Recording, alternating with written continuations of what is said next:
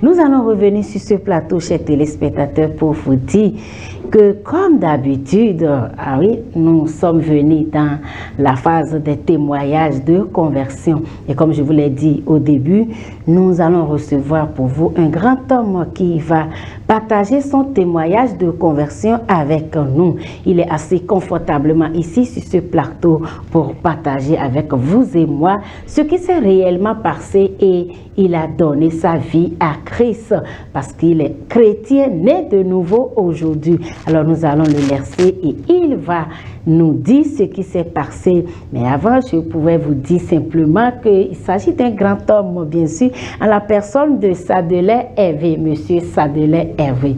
Bonsoir, monsieur. Bonsoir. Comment vous allez? Ça va. J'ai dit aux téléspectateurs que vous êtes sur ce plateau pour partager votre témoignage de conversion avec nous. Et avant de vous laisser nous dire ce qui s'est passé réellement pour que vous ne deveniez enfant de Dieu né de nouveau, est-ce que vous pouvez nous dire d'abord ce que vous faites dans la vie, ce qui vous permet de joindre les deux bouts? Je suis mécanicien. Je conduis les couples et les problèmes à la SBE. Ok. Je dépare les villes. Ok. Et je m'occupe de leur maintenance. Ok. D'accord, monsieur Sadelin Hervé, c'est bien sûr ça votre nom. J'espère que j'ai bien prononcé le nom. D'accord, nous allons demander, racontez-nous un peu votre vie avant Christ. Quelle était votre vie avant Christ? Ma vie avant Christ était une vie sombre. Je fumais, je buvais, je courais beaucoup les femmes. Je courais beaucoup les femmes. Et puis ce qui fait que j'étais beaucoup en manque d'argent.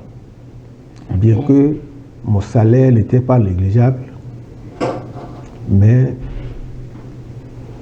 avec la vie que je menais, je n'arrivais pas à subvenir à mes besoins.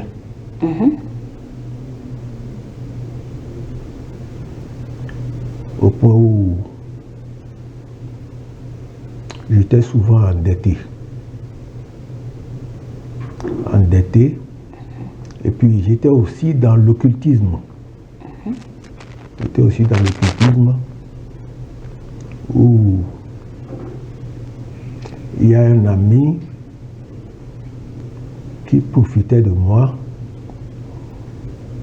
mais c'est après que je l'ai su. Ok.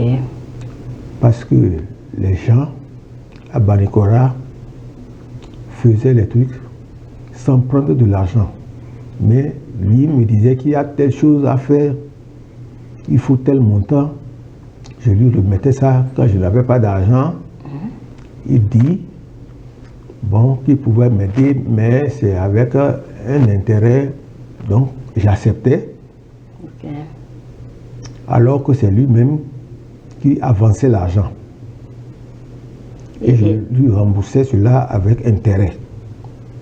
Jusqu'au jour où je me suis rendu compte, il est allé me voir un matin pour me faire une proposition que j'ai refusée. C'est suite à cela qu'il y a un ami, le maintenancier de l'hôpital de Banikora, qui allait me voir pour le mariage d'un de ses collègues à Parakou. Donc, on s'est donné rendez-vous à l'église des Assemblées de Dieu de Zongo 2. Ok, donc c'était pas pour aller adorer Dieu, mais c'était juste pour assister à un mariage que vous êtes allé. Oui, j'étais allé l'attendre là-bas. Okay. J'ai profité pour suivre comme ça. Ok. Alors, dans tout ce que le pasteur a dit le jour-là, on dirait qu'il s'adressait à moi. Ok. Les gens qui boivent, les gens qui fument, les gens qui courent, les femmes, les gens qui font de l'occultisme, il a tout dit. Quand il a fini le culte, on est sorti. J'ai dit à mon ami, écoute, va à ton mariage, moi je retourne à Banikora. Parce que tu es venu m'exposer. Donc pour vous, c'est lui qui allait voir le pasteur pour parler de votre vie. Évidemment, tout ce qu'il a dit me concernait. Okay. Je me suis dit, mais où est-ce que ce monsieur est passé pour me connaître, pour parler ainsi? Okay. Donc, du coup, vous avez compris. Mon ami là n'est pas allé le voir. Voilà. Okay. C'est comme ça que je suis retourné à Banikoa et le lendemain, déjà. Donc vous n'avez plus assisté au mariage? Non. Donc sous l'effet de la colère, vous êtes Voilà, je suis retourné. Et le lendemain, la chose m'a tapé la tête pour dire, ce monsieur-là, non, il faut que je voie, j'écoute encore un de ses collègues. Okay. Donc j'ai commencé par chercher l'église des assemblées de Dieu de Barikora. Je passais devant l'église sans me rendre compte que c'est l'église. Jusqu'au point où j'ai rencontré un ami qui m'a demandé mais où je vais. J'ai dit je vais à l'église des assemblées de Dieu. Il dit là, j'ai dit oui. Ok. J'ai dit comment? Pourtant je suis passé ici plusieurs fois sans me rendre compte que c'est l'église. Ok. Le dimanche qui a suivi, j'ai été au culte. Le pasteur n'était pas là, c'était sa femme qui avait officié le culte. Okay. Donc ils m'ont souhaité la bienvenue, tout ça là, ils ont demandé ceux qui m'ont recevoir Christ. J'ai donné ma vie à Jésus.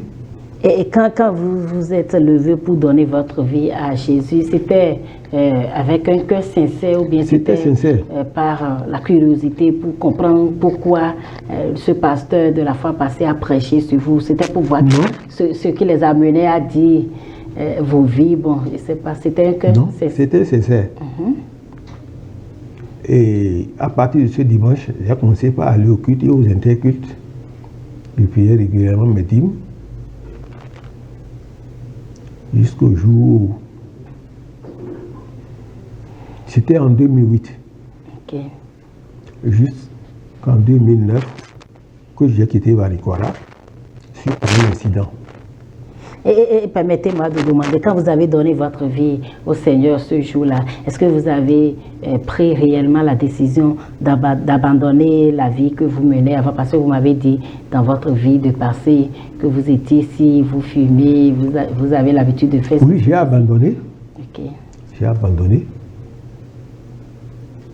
Déjà à 19h, je suis à la maison, je ne sors pas. Okay. Alors que habituellement, je ne rentre pas avant 0h. Et puis, depuis ce moment, 20h ne m'a plus suffi dehors. Okay. Alors, est-ce que je peux vous demander, depuis que vous avez reçu Christ, les changements que vous avez constatés dans votre vie, quand vous avez donné votre vie au Seigneur et vous avez démarré réellement la marche avec Jésus, quels sont les changements que vous avez constatés? Et au départ, je n'ai pas fait un constat en tant que tel, mais je me suis rendu compte qu'il y avait quelque chose qui se passait en moi. Jusqu'au moment où j'ai été volé par mon vigile. Okay.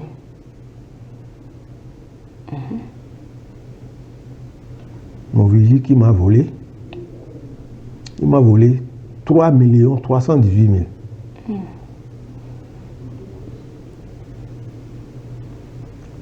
Et dans la période, on m'a suspendu.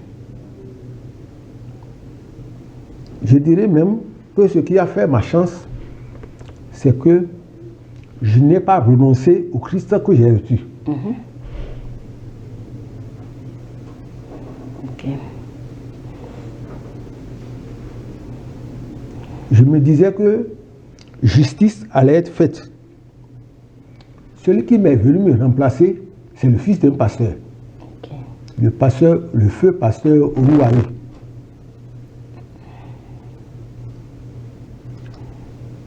Lui aussi, il a été volé par la même personne.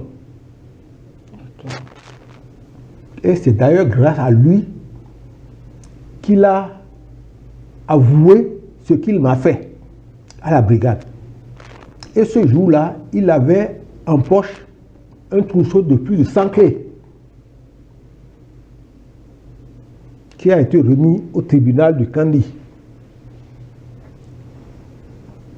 D'accord, papa. Et là, est-ce que vous pouvez nous dire le nombre d'années que ça fait? Vous avez reçu Christ, vous êtes dans la foi, mais là, ça fait combien d'années? Je dirais 2009 à 2020, 24, ça doit faire 15 ans.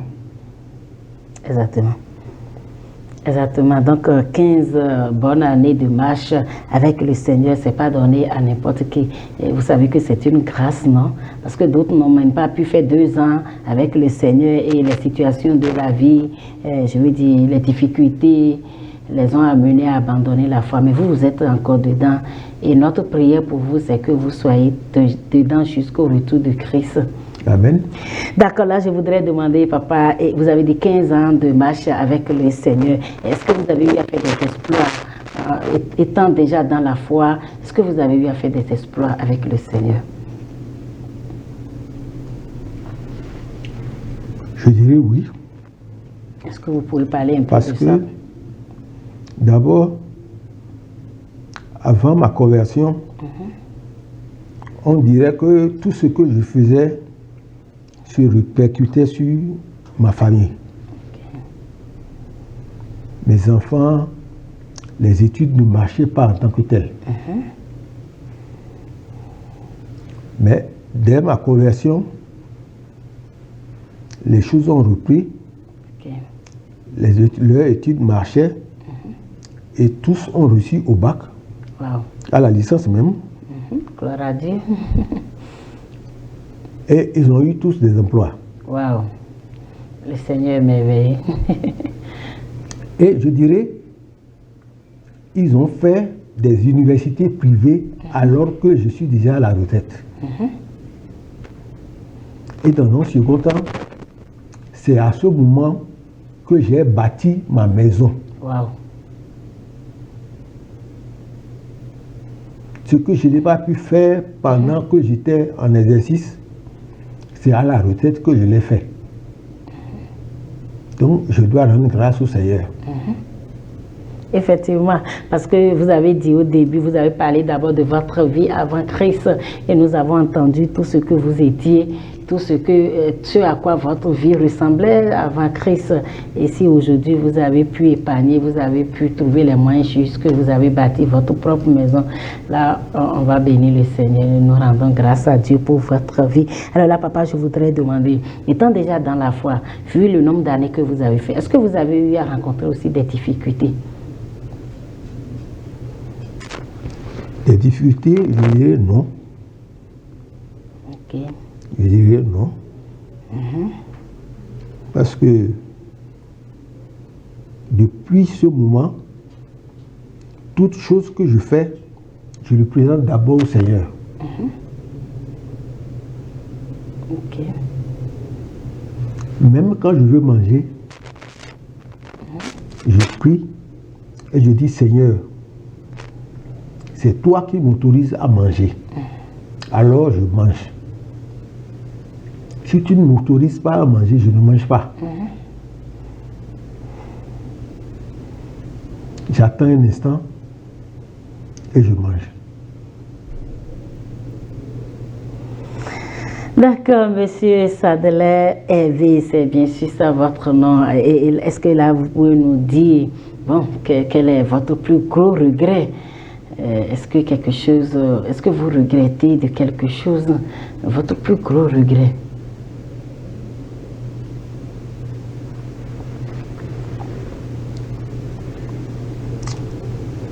Je ne dirais pas que c'est un regret, mais c'est des choses qui arrivent. Parce que depuis que j'ai reçu le Seigneur, ce qui m'a fait mal, c'est que j'ai eu 2 sœurs qui ne sont plus. Alors qu'il y a l'une d'elles, et moi, nous sommes les deux à être salariés. Donc, celle qui vient après moi, elle est partie. Et l'avant-dernière aussi est partie. Je dirais que ce n'est pas un regret, c'est des choses qui arrivent. C'est Dieu qui l'a voulu. Et cela s'est passé. Parce que l'homme naît pour un jour quitter la terre. D'accord, papa, je voudrais vous demander encore, quand vous regardez votre vie avant Christ et celle de maintenant, quand vous comparez les deux vies, quel constat faites-vous? Votre vie avant Christ et votre vie actuelle? Ma vie avant Christ et ma vie actuelle, c'est deux vies incomparables. Wow. Les deux vies incomparables.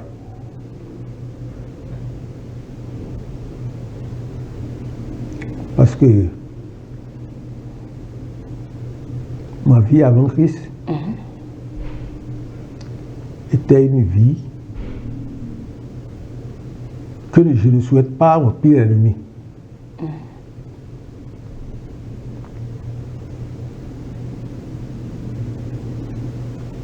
Parce que quand tu donnes ta vie à Christ, quand tu es sincère avec lui, quand tu respectes ses ordonnances, je vous assure, vous n'avez rien qui vous manque. Il n'y a rien qui vous fait défaut. Wow. Quand vous parlez comme ça, je peux comprendre ce que vous parlez avec une assurance. Vous dites qu'il n'y a rien qui va vous manquer. C'est que vous aurez tout ce dont vous avez besoin. Totalement. Wow.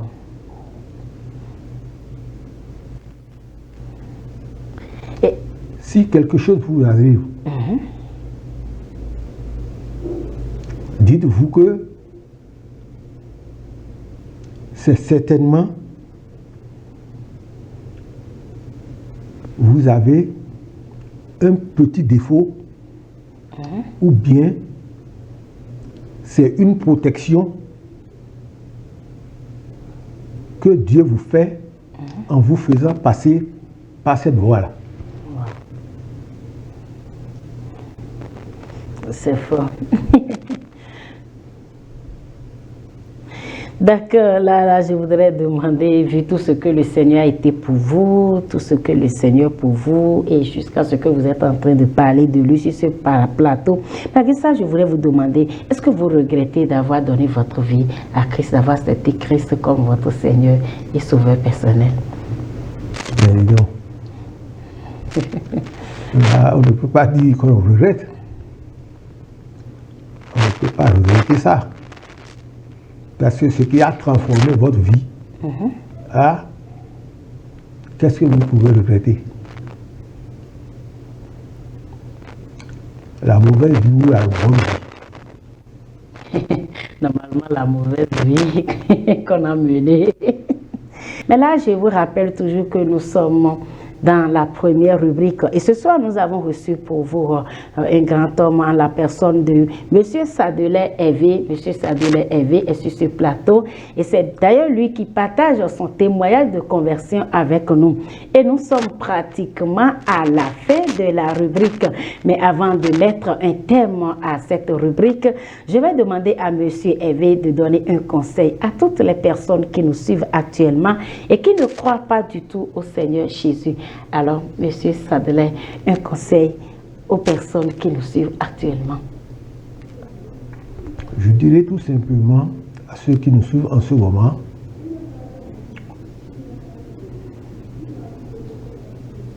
de donner leur vie à Jésus et d'attendre pour voir le résultat. Wow. C'est-à-dire qu'ils soient persévérants et attendre et voir comment ça va se passer. Parce que, avec moi, par exemple, j'ai donné ma vie à Jésus. C'est à ce moment où que le Virgile de mon service vient me voler. Et je me suis dit, par la grâce du Seigneur Jésus, le voleur sera pris un jour. Évidemment. On l'a attrapé. Mon remplaçant a été victime de la même chose que moi. Heureusement que lui, il était présent. Et c'était toujours la même personne. Et c'était toujours la même personne. On l'a amené à la brigade. Dans sa poche, on a vu un trousseau de plus de 100 clés. Et c'est à la brigade qu'il a avoué que c'est lui qui m'a volé. J'étais déjà à Banikwara quand on m'a téléphoné pour me dire que mon voleur a été pris. Donc, par la grâce de Dieu, comme vous avez accepté Christ, le Seigneur a fait ses merveilles et le voleur a été attrapé. Et j'ai écrit au CB qu'il a déféré à la prison de Kandi. Le jour de son procès, j'ai été convoqué et je me suis présenté au procès. Au procès encore, il bégayait, on lui dit de parler bien, il a avoué. D'accord, papa, vous étiez en train de donner conseil aux téléspectateurs. Je dirais aux téléspectateurs qui m'écoutent en ce moment, qui n'ont pas encore donné leur vie à Jésus, de bien vouloir donner leur vie à Jésus,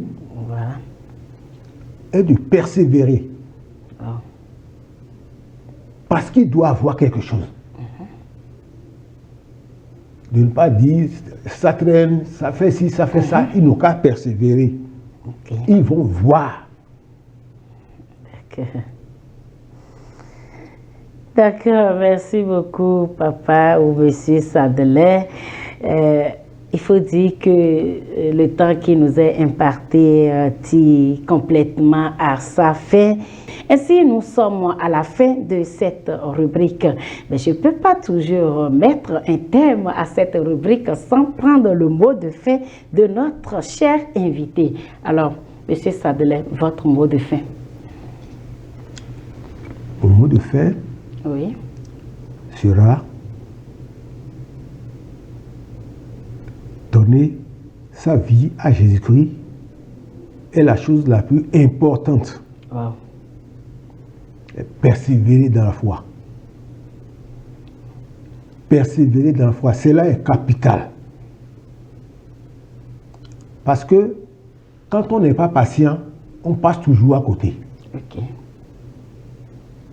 Mais quand tu es patient,